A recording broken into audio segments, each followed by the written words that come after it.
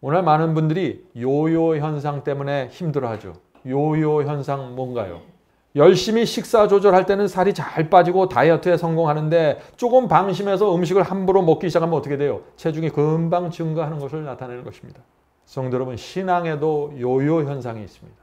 말씀을 꾸준히 읽으면 영적으로 살아나게 됩니다. 그러다가 말씀을 읽지 않기 시작하면 어떻게 됩니까? 하나님을 잊어버립니다. 하나님이 누구인지 잊어버립니다. 오르락 내리락 하는 것입니다. 자, 그렇다면 우리가 이 요요 현상에서 빠져나가기 위한 해결책이 무엇일까요?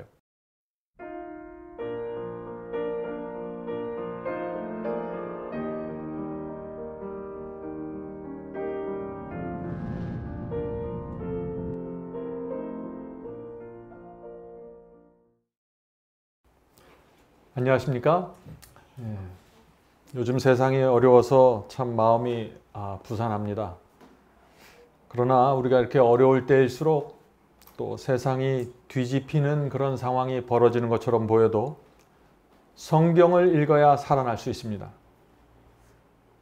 오늘날 기독교에서 교파를 막론하고 보편적으로 퍼져 있는 큰 문제가 있습니다. 그것이 무엇일까요?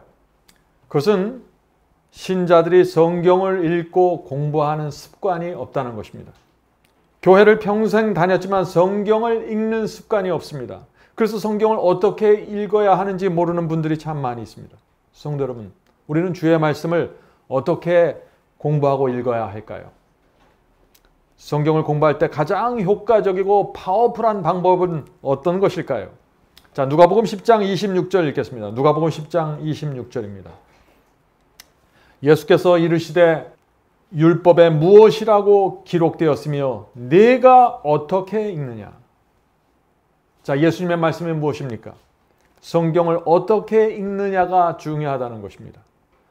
어떤 마음으로 읽느냐가 가장 중요합니다. 내 마음이 얼마나 절박한지가 중요한 것입니다. 성도 여러분, 또 하나 성경을 읽을 때 조심해야 될 것은 성경은 눈으로 읽는 책이 아닙니다. 성경은 우리의 양심으로 읽어야 됩니다. 우리의 마음을 열고 정말 양심적으로 말씀 앞에 서야 되는 것입니다. 그래야만 진리가 보이는 것입니다. 오늘 저는 어떤 엄청난 결과가 생기는 그런 성경 공부 방법을 제가 말씀드리려고 하는 것이 아닙니다. 오늘 저는 아주 기본적인 말씀을 좀 드리려고 합니다. 성경 말씀은 씨앗입니다. 그러므로 성경을 읽고 공부하는 사람들은 마음에 말씀의 씨앗을 뿌리는 것입니다. 농부가 열매를 기대하는 마음으로 씨를 뿌리죠? 마찬가지입니다. 우리도 성경 말씀을 읽을 때 그 말씀이 내 속에 들어가서 열매를 맺을 것을 기대하면서 말씀을 읽어야 됩니다.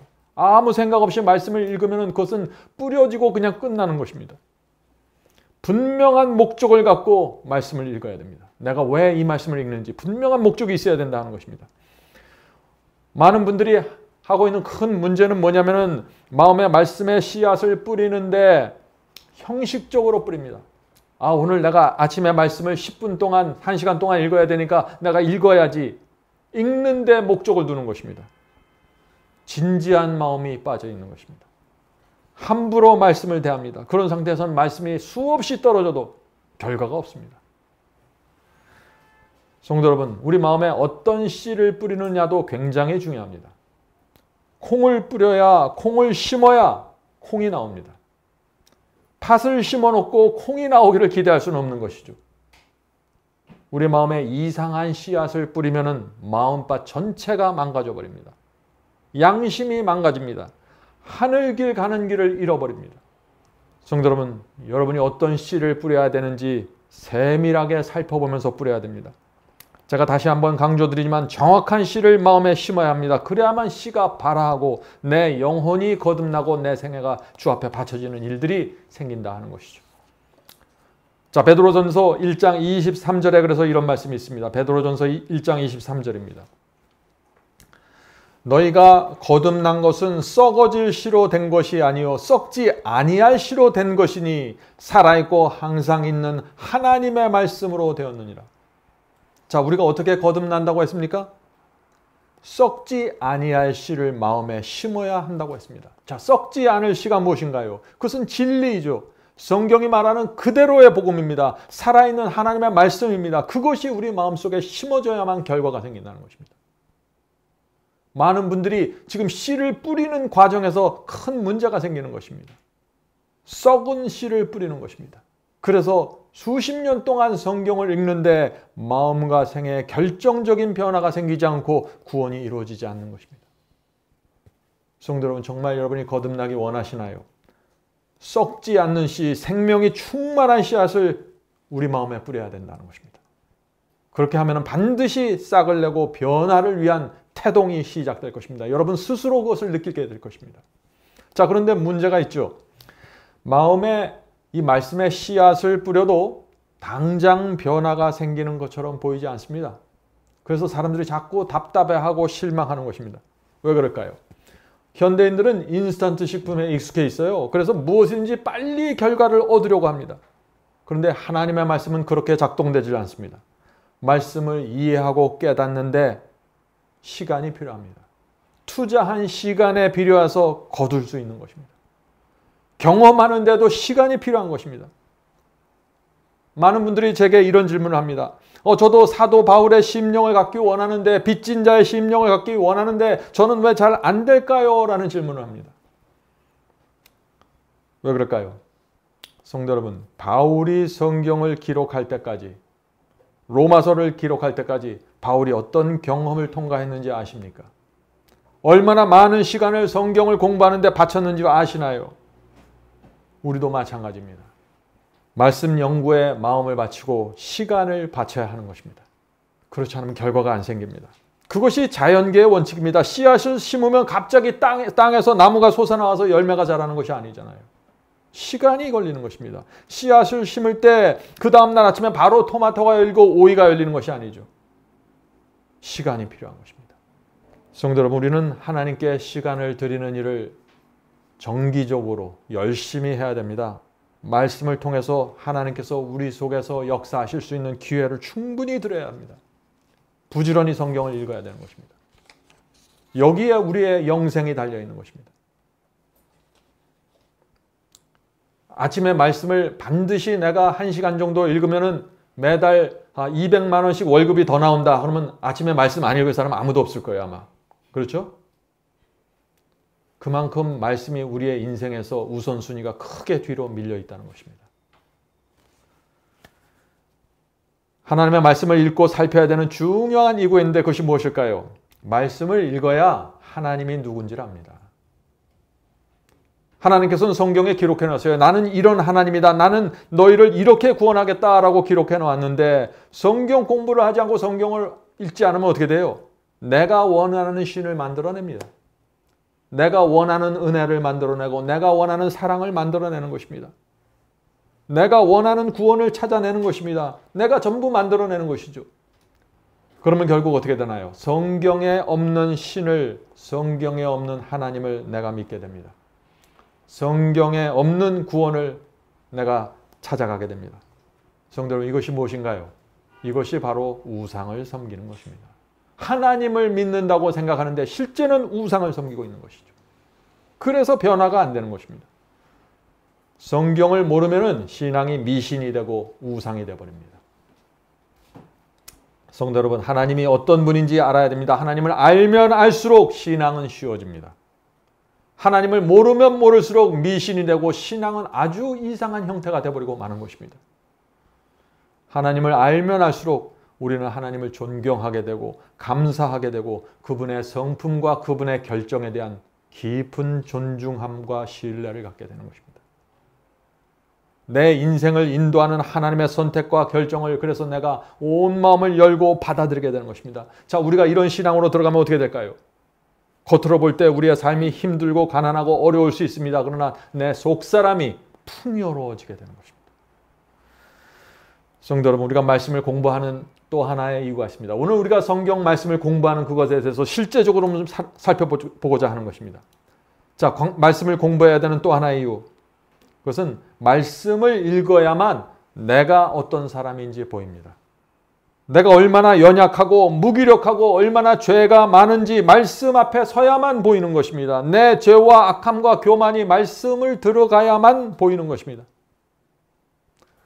내 필요가 무엇인지 말씀 앞에 서야 보인다 하는 것이죠. 그러니까 말씀을 읽지 않으면 어떻게 될까요? 내가 지금 얼마나 헐벗고 습관적인 죄로 죽어가고 있는지 모르는 것입니다. 내 못된 성격과 교만으로 지금 내가 죽어가고 있는데 아무 문제가 없다고 생각하면서 살아가는 것이죠. 왜요? 예배도 정기적으로 드리고 기도도 하고 헌금도 정기적으로 하고 있으니까 모르는 것입니다. 나는 부자라 부요해서 부족한 것이 없다고 생각하는 것이죠. 성도 여러분, 성경을 읽지 않으면 끝입니다. 안 됩니다, 신앙이. 말씀을 읽어야 되는 것입니다. 그래야만 우리 속에서부터 손이 나와서 하나님을 향해서 뻗치게 되는 것입니다. 성령의 역사가 우리에게 가장 정확하고 분명하게 이루어질 때가 언제일까요? 우리가 하나님의 말씀을 듣고 읽을 때입니다. 그때 성령께서 내게 가장 정확한 음성을 주십니다. 성도 여러분, 여러분이 기도하면서 또 하나님의 뜻이 무엇인지 혼돈할 때가 있나요? 하나님의 말씀을 읽으십시오. 말씀을 읽는 과정 속에 하나님께서 여러분의 양심에 대고 말씀하실 것입니다.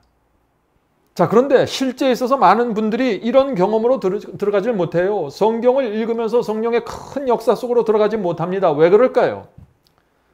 왜냐하면 하나님께 마음을 들이지 않은 상태에서 눈으로 말씀을 보기 때문이죠. 그렇게 되면 자꾸 지식만 쌓이는 것입니다. 생애를 하나님께 드려야 합니다. 그런 사람들이 성경을 읽을 때 거기에 놀라운 변화가 생기는 것입니다. 성경 말씀 있는 그대로 따라갈 수 있기 때문에 너무나 성경 읽는 게 감사하고 즐거운 것입니다. 그런데 내 마음속에 하나님께 드리지 않은 것들이 있으면 어떻게 될까요? 성경을 읽으면서 자꾸 내 마음과 충돌하는 것입니다. 성경 읽기가 두려워요, 그렇게 되면. 성도 여러분, 잊지 말아야 됩니다. 경건의 비밀이 있는데 그것은 내 마음을 하나님께 온전히 드리면서 하나님의 말씀을 읽어야 한다는 것입니다. 그런 사람들은 반드시 변화가 되는 것입니다. 성도 여러분, 마음이 하나님께 어린아이처럼 굴복되어야 합니다. 그래야만 성경을 읽을 때 하나님께서 나를 가르쳐 줄 수 있는 것입니다. 우리가 왜 성경을 공부해야 되나요? 모든 성경절에 대한 이해와 지식을 갖기 위해서 성경을 공부하는 게 아니죠. 어떤 교리를 이해하기 위해서, 깨닫기 위해서 하는 것이 아닙니다. 하나님께서 내게 알려주고자 하는 것을 내가 알아듣기 위해서 성경을 읽고 공부하는 것입니다. 다시 말해서 하나님 앞에 나가 내가 겸손히 무릎 꿇고 가르침 받기 위해서 성경을 공부하는 것입니다. 자, 성경을 공부할 때 우리가 어디에 초점을 맞춰야 될까요? 두 가지에 초점을 맞춰야 됩니다. 우리는 구원받기 위해서 두 가지만 알면 되는 것입니다. 사실은. 그것은 무엇인가? 첫째는 하나님이 누구이며 정말 그분은 어떤 분인지 이거 아는 것입니다. 둘째는 내가 누구인지를 아는 것입니다. 이 두 가지를 정확하게 알기 위해서 성경을 공부하는 것입니다. 내 인생과 내 행복과 내 구원을 위해서 최고의 결정을 내리기 원하면 성경을 공부해야 되는데 이 두 가지에 초점을 맞춰서 공부해야 된다는 것이죠. 자, 우리가 성경을 온 마음을 열고 공부하고 나면 어떤 결정을 내리게 될까요? 이런 결정을 내리게 됩니다. 주여, 이제 제가 하나님께 항복하겠습니다. 더 이상 잔머리 쓰지 않겠습니다. 이제 저는 주님을 어린아이처럼 따르겠습니다. 알려주시는 대로 순종하겠습니다. 하나님을 알고 나를 알면 이런 결정하게 되는 것입니다. 이것이 가장 행복한 사람의 모습입니다. 성도 여러분, 하나님을 알고 나를 알면 이런 결정 외에 다른 결정을 할 수 없는 것입니다. 납작 엎드려서 하나님께 매달리고 주께서 가시는 대로 전 따라가겠습니다. 여러분 아십니까? 이런 태도로 성경을 공부하는 사람이 성령의 가장 큰 역사 속으로 들어가게 되는 것입니다. 저희 웹사이트에 바이블 칼리지에 10개의 강좌가 준비되어 있는데 이런 심령으로 공부하는 분들은 진리의 가장 깊은 곳을 들여다보게 될 것입니다. 성경을 공부하는 법은 아주 단순해요. 어린아이처럼 단순한 심령으로 주여 말씀하옵소서. 전 배우기 위해서 왔습니다. 제 모든 편견과 선입견 내려놓고 주의 말씀을 들여다보기 원합니다. 가르쳐 주시옵소서. 주께서 말씀하시는 모든 것을 내가 하나도 거절하지 않겠습니다. 이렇게 성경을 보세요. 그럼 성령께서 여러분을 진리의 중심으로 인도해 주신다는 것입니다. 많은 분들이 이런 질문을 합니다. 그리스도인이 왜 성경을 매일 읽어야 합니까? 그 이유가 무엇일까요? 하는 질문입니다. 그것은 왜 우리가 날마다 밥을 먹어야 합니까? 라는 질문하고 똑같습니다. 밥을 먹지 않으면 활기 있게 살 수 없죠. 하나님의 말씀도 마찬가지입니다. 말씀을 먹지 않으면 영적인 생기를 잃어버리고 죽어가게 됩니다.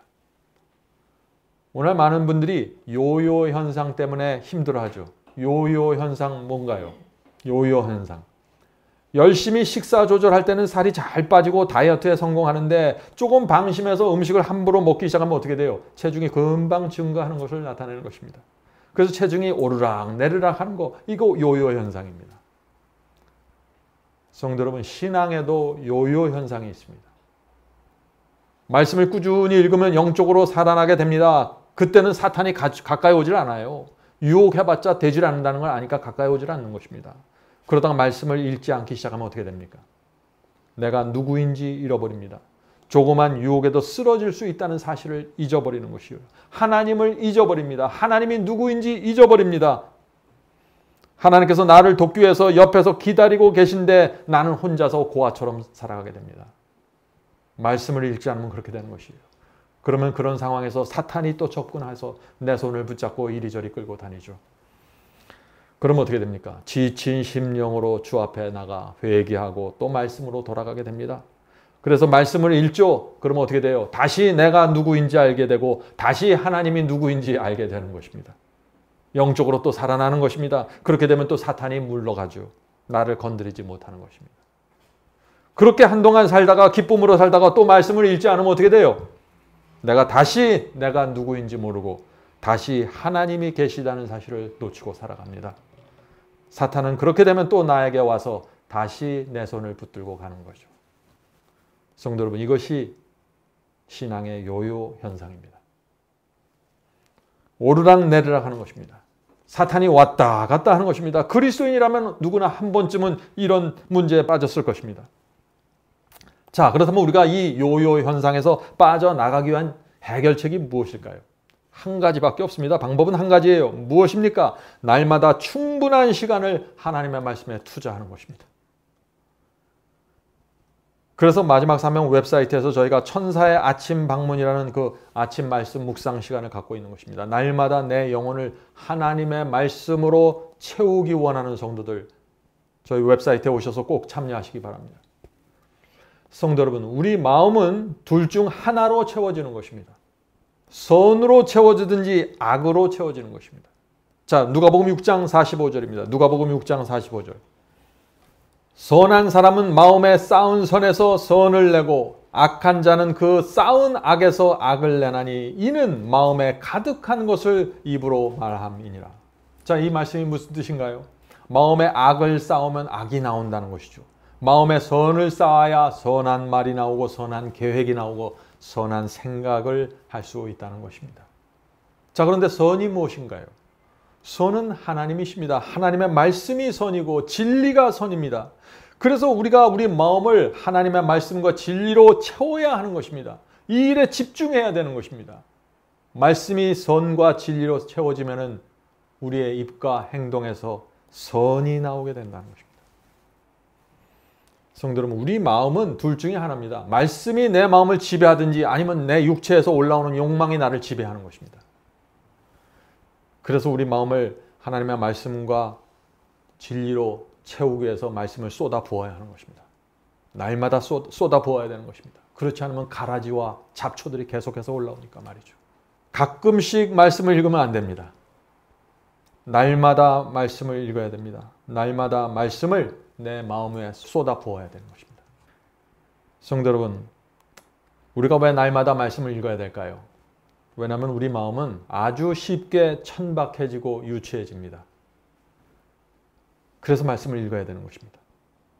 우리 마음은 일상생활을 살아가는데 바쁩니다. 먹고 사는 일, 직장, 학교, 장사, 비즈니스, 우리가 갖고 있는 시간의 대부분을 이런 일상생활에 다 소모해버리는 것입니다. 그렇기 때문에 우리 마음이 나도 모르게 쉽게 천박해지고 쉽게 세속적이 되고 쉽게 유치해지는 것입니다.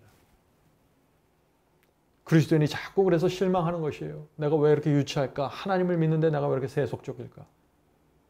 말씀으로 내 마음을 덮어야 되는 것입니다. 주의 말씀을 끊임없이 마음속으로 밀어 넣어야 우리가 고결한 사람으로 살 수 있다는 것입니다.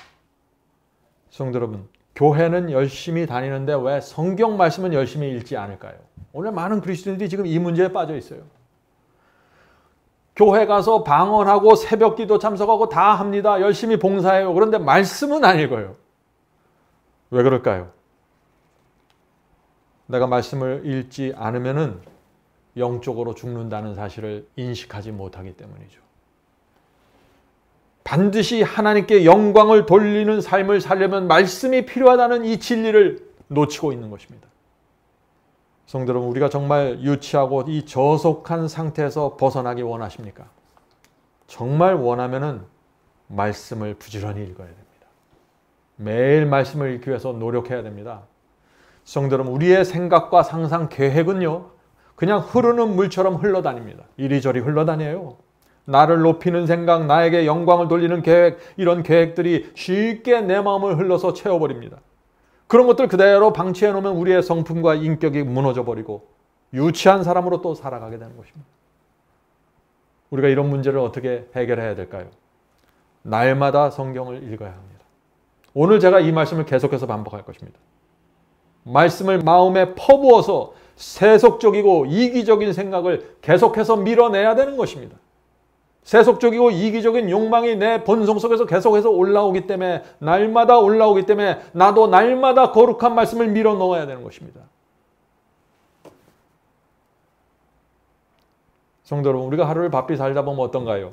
우리의 생각이 이상한 곳으로 흘러간다는 것을 깨닫게 되죠. 우리의 감정이 이상한 곳으로 흘러간다는 것을 느끼게 됩니다. 그 느끼는 순간 우리가 어떻게 해야 될까요? 빨리 우리가 머리를 흔들고 감정과 생각의 표류를 붙잡아야겠죠. 이런 생각, 저런 감정 갖지 않게 해달라고 기도해야 됩니다. 이것이 신앙입니다. 그런데 이런 신앙이 잘 안 되는 이유가 무엇일까요? 대답은 오늘 하나입니다. 말씀이 내 마음을 채우고 있지 않기 때문입니다. 다시 말해서 날마다 말씀을 내 마음에 퍼붓지 않기 때문에 생각과 감정과 상상이 표류하고 하나님의 뜻과 충돌하는 계획을 세우면서 나가게 된다는 것입니다. 그런 것들이 내 속에서 올라오도 그것을 붙들고 조절하지 못한다는 것입니다. 왜 그래요? 말씀의 힘이 내 속에 없습니다. 그래서 우리가 매일 아침에 일어나 주 앞에 나가 말씀을 읽으면서 내 마음을 말씀으로 선점해야 되는 것입니다. 자, 선점한다 그랬는데 이 선점이 무슨 뜻이에요? 미리 다른 것들이 들어오기 전에 미리 점령하고 장악한다는 것이죠. 하루 일과를 시작해서 이런저런 세상 일이 내 마음을 점령하게 되는 것입니다. 하루 일을 시작하면 그 다음부터는 걷잡을 수가 없어요. 그렇기 때문에 시작하기 전에 먼저 거룩한 말씀으로 내 마음을 채워 넣어야 된다는 것입니다. 그것이 마음을 선점하는 것입니다. 마음속에 세상이 들어오기 전에 말씀으로 점령하십시오. 굉장히 중요한 비결입니다.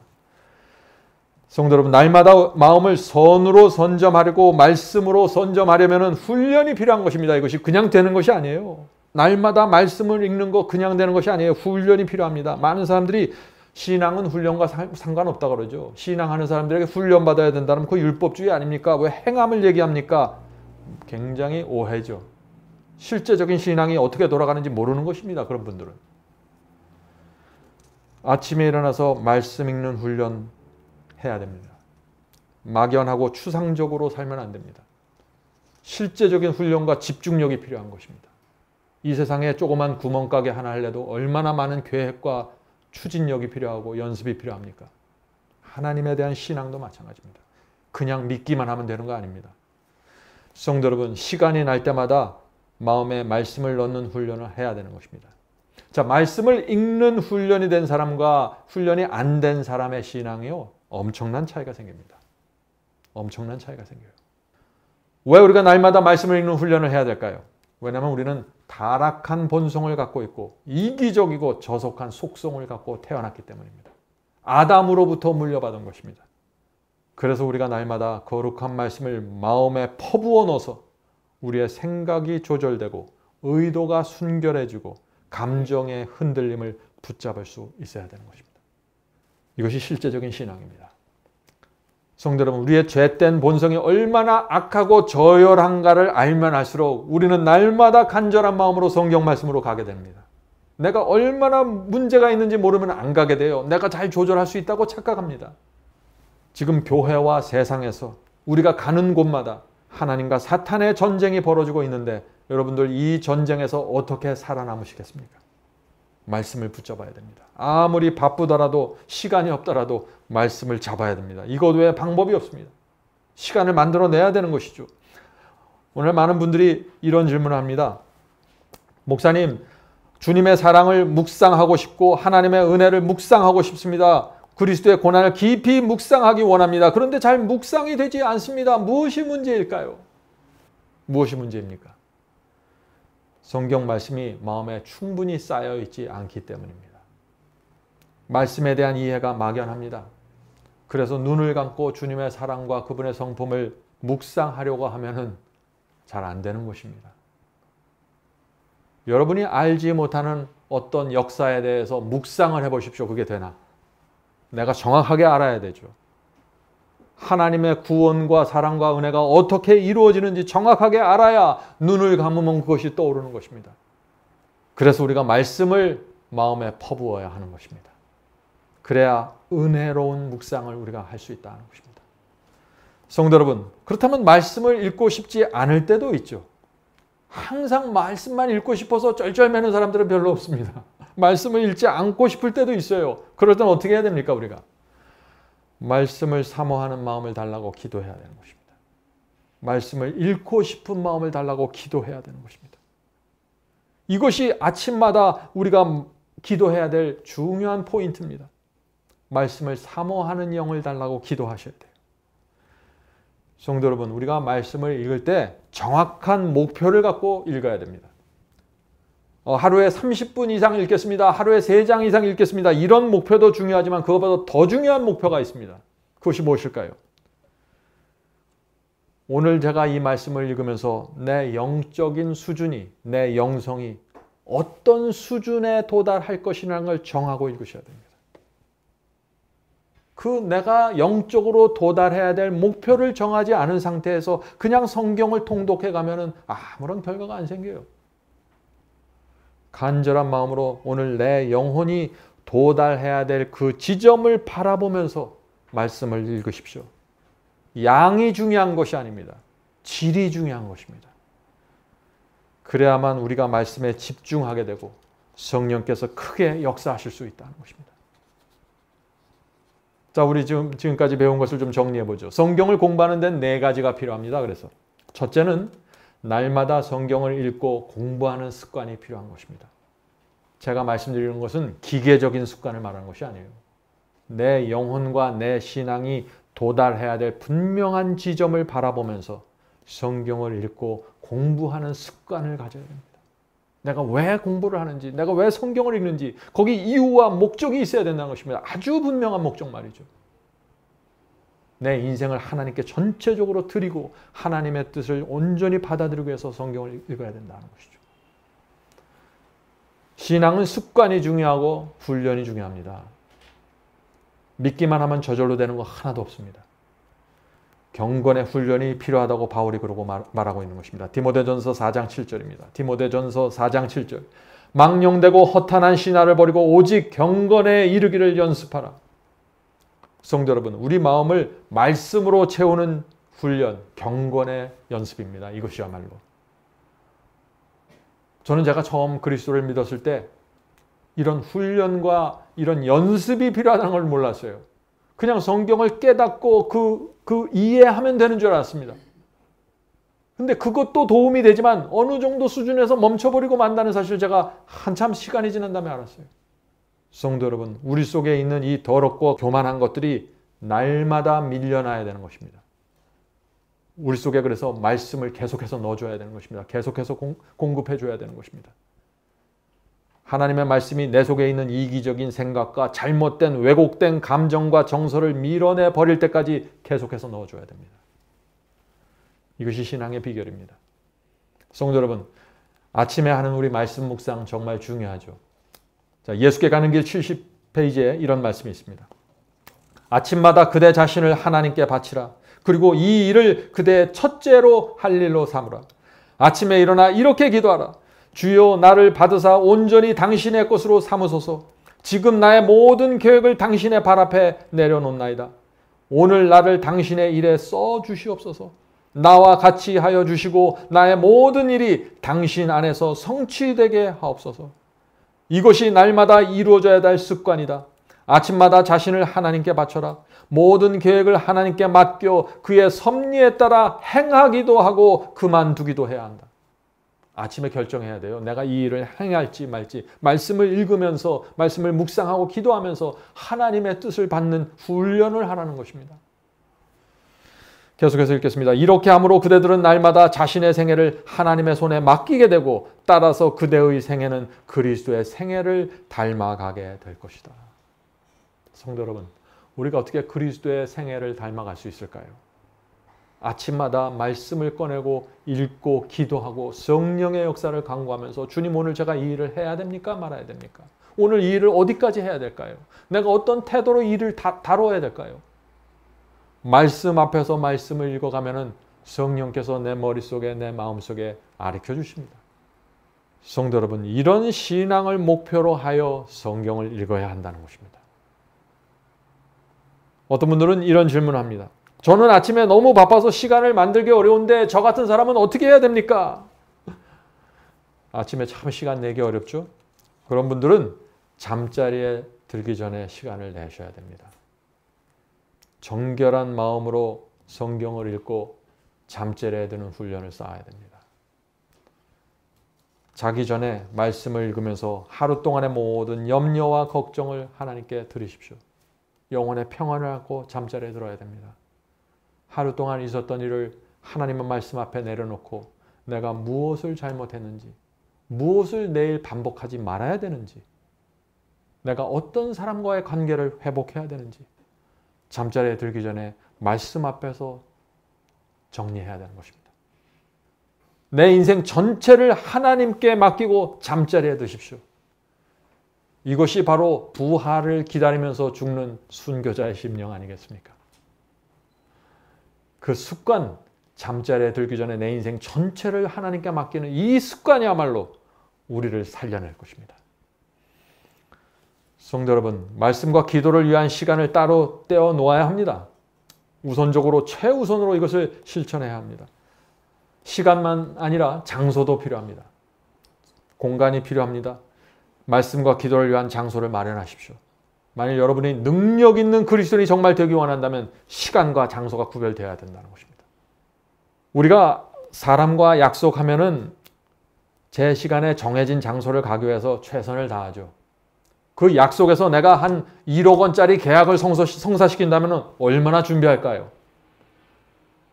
하나님을 만나기 위해서, 말씀을 만나기 위해서 가는 것도 준비가 필요합니다.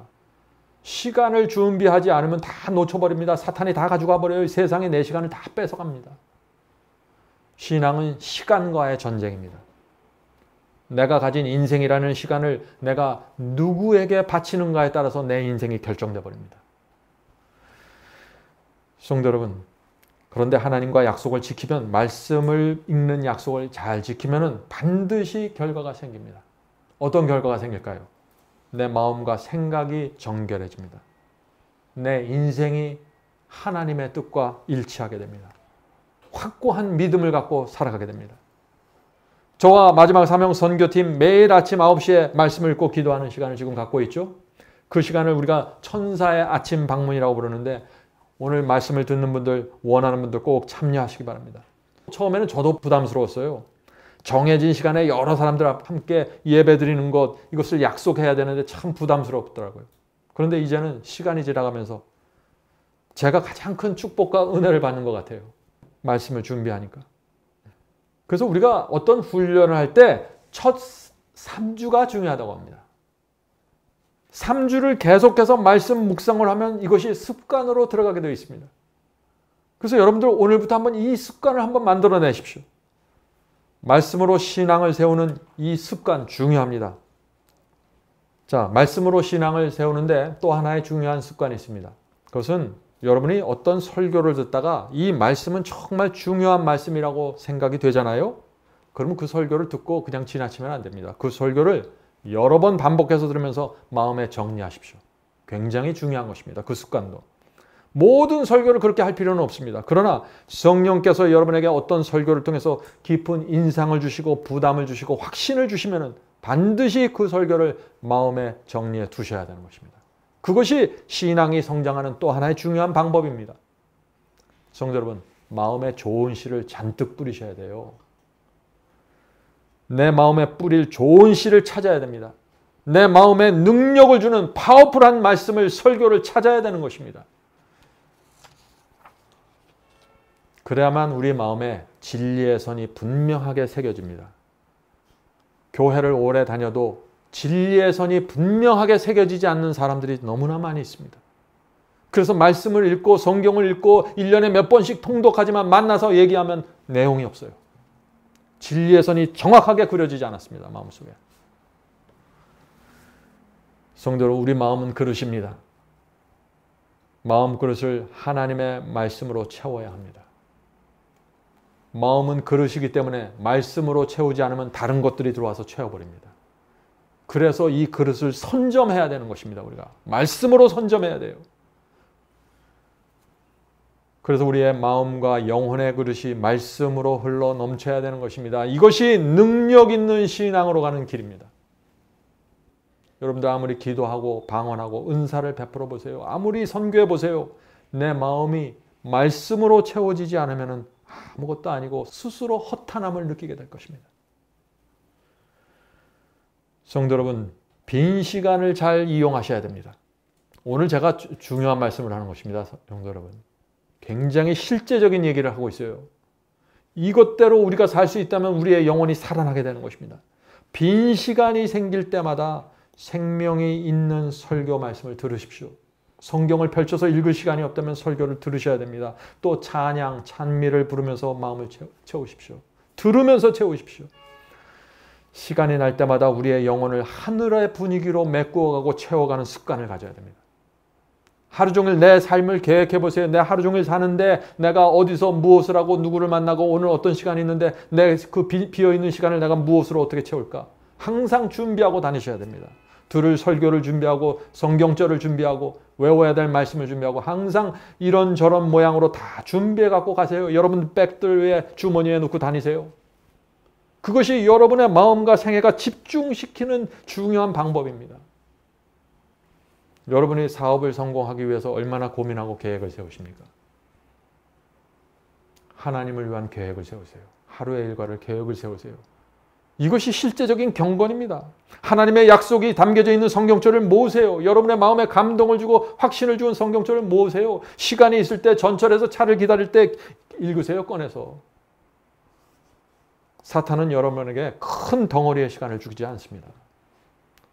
요새 현대인들은 일주일에 40시간 이상 일을 해야 먹고 살게 돼 있어요. 시간을 잘 짜내지 않고 만들어내지 않으면 아무 시간도 만들어낼 수 없습니다. 운전할 때, 버스를 기다릴 때 짧은 시간을 어떻게 활용할 건지 고민하십시오. 실제적인 경건입니다. 이것이. 성도 여러분, 또 신앙은 나에게만 집중되면 안 됩니다.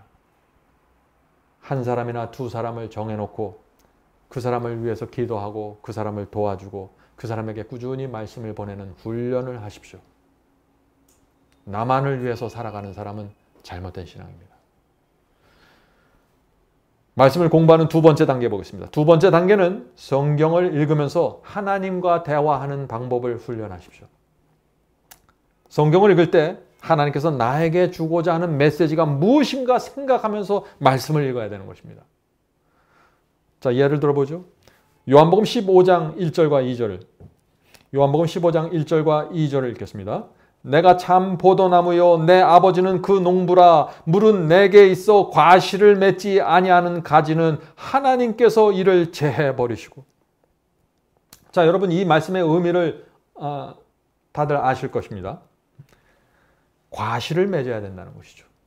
자, 그런데 이 말씀을 읽을 때 우리가 하나님과 대화하고 질문해야 되는 것입니다. 어떻게 해요? 주님, 제가 요한복음 15장 1절과 2절을 읽었는데 이 말씀을 통해서 하나님께서 내게 무엇을 말하고 싶으신가요? 주께서 제 마음과 생애를 보실 때 어떤 가지를 치기 원하십니까? 왜 내게 열매가 맺질 않나요? 물어보셔야 되는 것입니다. 내가 오늘 요한복음 15장 다 읽었습니다. 10분 만에 2번 읽었습니다. 이게 아니에요. 성경은 그게 아닙니다. 우리가 하나님께 말씀을 읽을 때 하나님께 계속해서 질문하고 주님 저를 고쳐주십시오. 보여주십시오. 주께서 보여주시면 가겠습니다. 이런 심령으로 말씀을 읽으시면 하나님께서 안 가르쳐 주시겠어요? 이렇게 우리가 말씀을 읽으면 나에 대한 하나님의 뜻이 성경 속에서 보이게 되는 것입니다. 내가 어떤 사람이고 내 인생이 지금 어디로 향하고 있는지 말씀을 읽을 때 하나님께서 보여주십니다. 말씀을 많이 읽으려고 하는 것도 좋지만 그것보다 하나님께서 내게 고쳐주고 싶은 것, 하나님께서 내게 알려주고 싶은 것을 알기 위해서 성경을 읽으셔야 합니다. 그래야 결과가 생깁니다. 이것이 하나님의 말씀으로 우리의 마음과 생애가 정결하게 되는 방법입니다. 성경 읽기 방법이죠.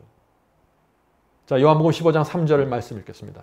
너희는 내가 일러준 말로 이미 깨끗하였으니. 성도 여러분, 우리가 어떻게 깨끗하게 됩니까? 우리가 어떻게 정결하게 되나요? 주께서 주신 말씀을 나에게 적용하고 내 마음에 담아야 정결하게 된다고 지금 말씀하고 있는 것입니다. 자, 세 번째 단계 보겠습니다. 세 번째 단계. 성경에서 가장 중요한 주제, 이 주제를 집중해서 공부해야 됩니다. 성경에서 가장 중요한 주제가 뭔가요? 그것은 구원의 도입니다. 믿음으로 말미암는 의에 대한 진리죠.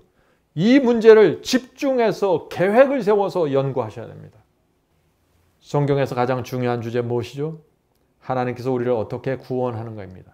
하나님께서 어떻게 나를 죄에서 건져내는가입니다. 하나님께서 어떻게 나를 승리로 이끌어 가는가입니다. 하나님께서 나를 어떻게 거듭나게 하고 어떻게 내 몸을 쳐서 복종시키는 경험을 주시고 어떻게 성화의 경험으로 나를 인도하는가. 이런 문제들이 성경에서 가장 핵심적인 주제입니다. 여러분이 아무리 성경을 많이 읽더라도 이 주제에 대한 진리를 정확하게 꿰뚫어 보지 못하면 여러분의 성경 연구는 크게 잘못되어 있는 것입니다. 이 주제를 공부하기 위해서 계획을 반드시 세우셔야 합니다. 왜 그럴까요? 정확한 진리가 세워져야 정확한 경험이 따라가기 때문입니다. 교회를 아무리 오래 다녀도 이 믿음으로 말미암는 의에 대한 주제, 구원의 도를 정확하게 모르면 영적으로 죽어가게 되어 있습니다. 저는 그런 분들 많이 보았습니다. 성경을 굉장히 많이 읽습니다. 1년에 여러 번 통독합니다. 그런데 믿음으로 말미암아 의롭게 되는 이 경험과 진리를 정확하게 꿰뚫어 보지 못한 상태에서 성경을 계속해서 통독하니까 어떻게 돼요? 좌절해버리고 마는 것입니다. 왜 좌절할까요? 성경을 내가 이렇게 여러 번 읽은데 왜 아무런 결과가 내 마음과 생애 속에서 안 생길까? 구원에 대한 진리를 정확하게 모르면은요, 성경을 많이 읽어도 자신의 왜곡된 사상 때문에 진리에 대해서 눈을 열지 못하게 됩니다. 오늘날 기독교 안에 그런 분들이 너무나 많이 있어요. 참 안타까운 일이에요. 그래서 제가 집중해서 이 문제를 파고들어야 된다는 것입니다. 정말 겸손한 마음으로 내 모든 편견과 선입견 다 내려놓고 주여, 하나님께서 저를 어떻게 구원하시는 것입니까? 이 문제를 집중하지 않으면요, 성경 연구가 참 무의미해집니다. 잔뜩 지식만 갖고 있는 상태에서 끝나버려요. 구원은 우리 마음에서 이루어지는 경험입니다. 그러므로 이 구원에 대한 오해가 생기면은 구원에 대한 경험이 잘못되고 모든 것이 흐트러지게 됩니다. 정말 기도하면서 이 문제를 자세히 살펴보아야 하는 것입니다. 아주 조심스럽게 말이죠. 자, 중세기 천주교회는 구원을 마음의 중심에서 이루어지는 것으로 보질 않았어요. 중세기 천주교는 우리 밖에서, 사람 밖에서 구원이 이루어지는 것처럼 착각하고 살았습니다. 그래서 그들이 순례를 강조했고 고행을 강조했어요. 전부 내 밖에서 이루어지는 어떤 예식과 형식을 강조했어요. 그것을 통해서 구원이 이루어진다고 믿었던 것입니다. 마음에서 이루어져야 할 구원이 신부나 사제가 하는 의식으로 이루어지는 것처럼 오해하게 되었던 것입니다. 그런 오해를 갖고 있는 상태에서 성경을 아무리 오래 많이 읽으면 무슨 소용이 있어요? 들어오지 않는 건데. 그런데 무서운 것은 그 중세기의 가르침이 오늘날 개신교회 속에 깊이 들어왔다는 것입니다. 어떻게 들어왔나요? 주님을 영접했다고 고백하고 회개했다고 고백하면 구원받은 것으로 착각하는 것입니다. 그냥 입으로만 고백했는데 경험이 안 이루어졌는데 또 목회자가 와서 당신은 구원받았습니다 선언해주면 어떻게 해요? 나는 구원받았다고 생각하는 것입니다. 구원이 전부 중세기처럼 외부에서 주는 것으로 이루어지고 있습니다. 지금. 칭의도 마찬가지죠. 구원은 철저하게 내적인 경험입니다. 내 마음이 하나님께 굴복되어 있어야 됩니다. 그것이 구원받은 상태입니다. 우리 마음이 감사와 충성으로 주의 말씀을 받아들이고 순종할 때 구원입니다. 그것이. 우리의 마음이 주님의 뜻과 하나가 될 때 그것이 구원입니다. 모든 것은 내 마음의 중심에서 이루어지는 경험이에요. 의의 경험입니다. 그 경험이 무엇인가 정확하게 알기 위해서 하나님 앞에 나가 성경을 펼쳐놓고 가르쳐 주시옵소서 하는 것입니다. 자, 성경을 읽는 네 번째 단계. 네 번째 단계는 말씀을 읽고 깨달은 대로 순종하는 것입니다. 야고보서 1장 22절 보겠습니다. 야고보서 1장 22절. 너희는 도를 행하는 자가 되고 듣기만 하여 자신을 속이는 자가 되지 말라. 오늘날 교회에서 가장 큰 문제가 여기에 있죠. 말씀을 듣기만 하고 읽기만 합니다. 깨닫기만 합니다. 행하지 않습니다. 많은 사람들이 말씀을 읽으면서 내 모습을 비추어 봅니다. 성경을 읽으면서 나에게 무엇이 문제인지 알게 됩니다. 성경을 읽으면서 내가 고쳐야 될 것을 알게 됩니다. 그런데 실행에 옮기지 않습니다. 순종하지 않습니다. 야고보는 그런 사람을 무엇이라고 하고 있어요 지금? 자신을 속이는 자라고 하고 있는 것입니다. 성도 여러분, 어떻게 내가 나를 속일 수 있을까요?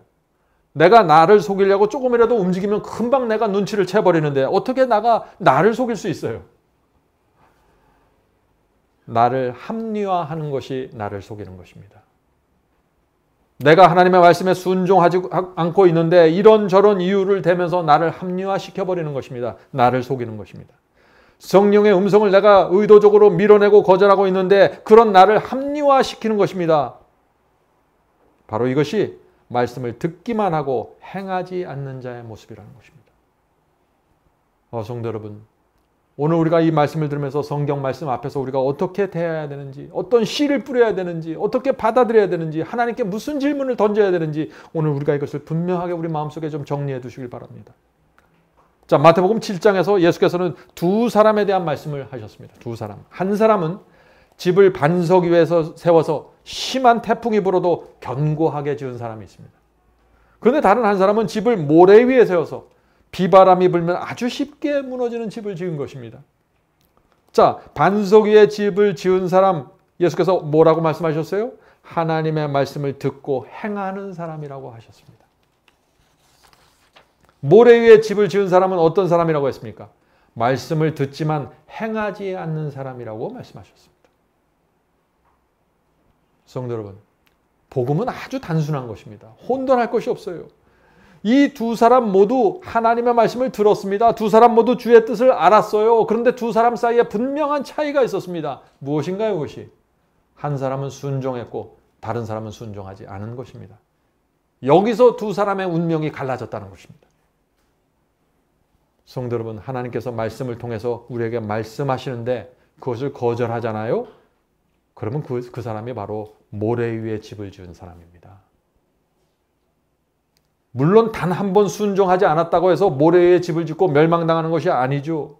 하나님께서는 자비롭고 동정이 충만한 분이기 때문에 우리의 단 한 번의 실수와 단 한 번의 불순종을 갖고 결정하시는 분이 아닙니다. 시간을 주시고 지켜보십니다. 우리가 어떤 결정을 하는지 말이죠. 우리가 계속해서 들려오는 그 하나님의 뜻을 거절하면은, 계속해서 말씀과 계명에 순종하지 않으면 그것은 굉장히 위험한 것이라는 것입니다. 우리 그리스도인이 이것을 알면 얼마나 좋을까요? 분명한 것은 이것입니다. 우리가 하나님께 빨리 굴복하면 할수록 우리는 굉장히 빨리 하나님을 닮아간다는 것입니다. 하나님의 성품을 우리가 어떻게 닮아요? 우리가 순종하고 우리가 굴복하는 속도에 비례합니다. 우리가 계속해서 하나님의 말씀 앞에서 미적거리고 왔다 갔다 하고 결정하지 않은 상태에서 시간을 보내버리면 하나님을 닮을 수가 없어요. 성령께서 크게 역사하실 수가 없는 것입니다. 성도 여러분, 하나님께서 여러분의 양심에 무엇을 말씀하실 때 네 하고 따라가십시오. 그것이 어린아이의 심령입니다. 가장 안전하고 가장 행복한 삶으로 들어가는 비결이 바로 거기에 있는 것입니다. 자, 우리는 지금까지 성경을 읽는 여러 가지 방법에 대해서 살펴봤죠. 4가지 단계를 살펴봤습니다. 첫 번째 단계는 날마다 성경을 읽는 습관이라고 했습니다. 영적으로 어떤 수준에 도달해야 된다는 분명한 목표를 세우고 성경을 읽는 습관을 가지라고 제가 말씀을 드렸죠. 자, 두 번째는 날마다 말씀을 읽을 때 하나님께 물으면서 말씀을 읽으라고 했습니다. 하나님께서 내게 무엇을 원하는지 질문하면서 성경을 읽으십시오. 그래야만 성경의 내용이 2000년 전에 기록된 이 성경의 내용이 나에게 그대로 적용이 되는 것입니다. 세 번째, 계획을 세우십시오. 근데 어떤 계획을 세워요? 성경에서 가장 중요한 주제, 구원에 대해서 공부하고 배우기 위해서 계획을 세우셔서 실행하십시오. 믿음으로 의롭게 된다는 진리가 정말 무엇인지 분명하게 내 마음에 새겨질 때까지 공부하십시오. 네 번째입니다. 네 번째는 주의 말씀을 듣기만 하지 말고 읽기만 하지 말고 행해야 됩니다. 순종해야 되는 것입니다. 지금까지 말씀드린 이 4가지의 이 단계를 우리 삶 속에 그대로 적용하고 실행에 옮긴다면 어떻게 될까요? 저와 여러분은 날마다 이런 간증을 하면서 살게 되는 것입니다. 자, 이 간증 들어보세요. 오늘 내가 말씀을 읽을 때 하나님께서 나에게 말씀하셨습니다. 왜 이런 간증을 할 수 있어요? 이 사람은 지금 날마다 말씀을 읽기 때문에 날마다 지금 하나님께서 지금 주시는 말씀을 받는 것입니다. 오늘 말씀을 읽을 때 하나님께서 나에게 말씀하셨습니다. 오늘 하나님께서 내게 주시는 뜻을 알게 되었습니다. 오늘 구원에 대한 진리를 좀 더 분명하게 깨달았습니다. 오늘 깨달은 말씀에 그대로 순종했습니다. 성도 여러분, 이것이 파워풀한 신앙입니다. 능력으로 가는 신앙입니다. 이런 간증을 날마다 하게 되기를 제가 간절히 바랍니다. 이런 신앙을 하는 사람들은요, 날마다 하나님의 말씀과 약속을 붙잡고 살게 되는 것입니다. 세상이 무너져도 뒤집혀져도 영혼의 평안이 있게 되는 것입니다.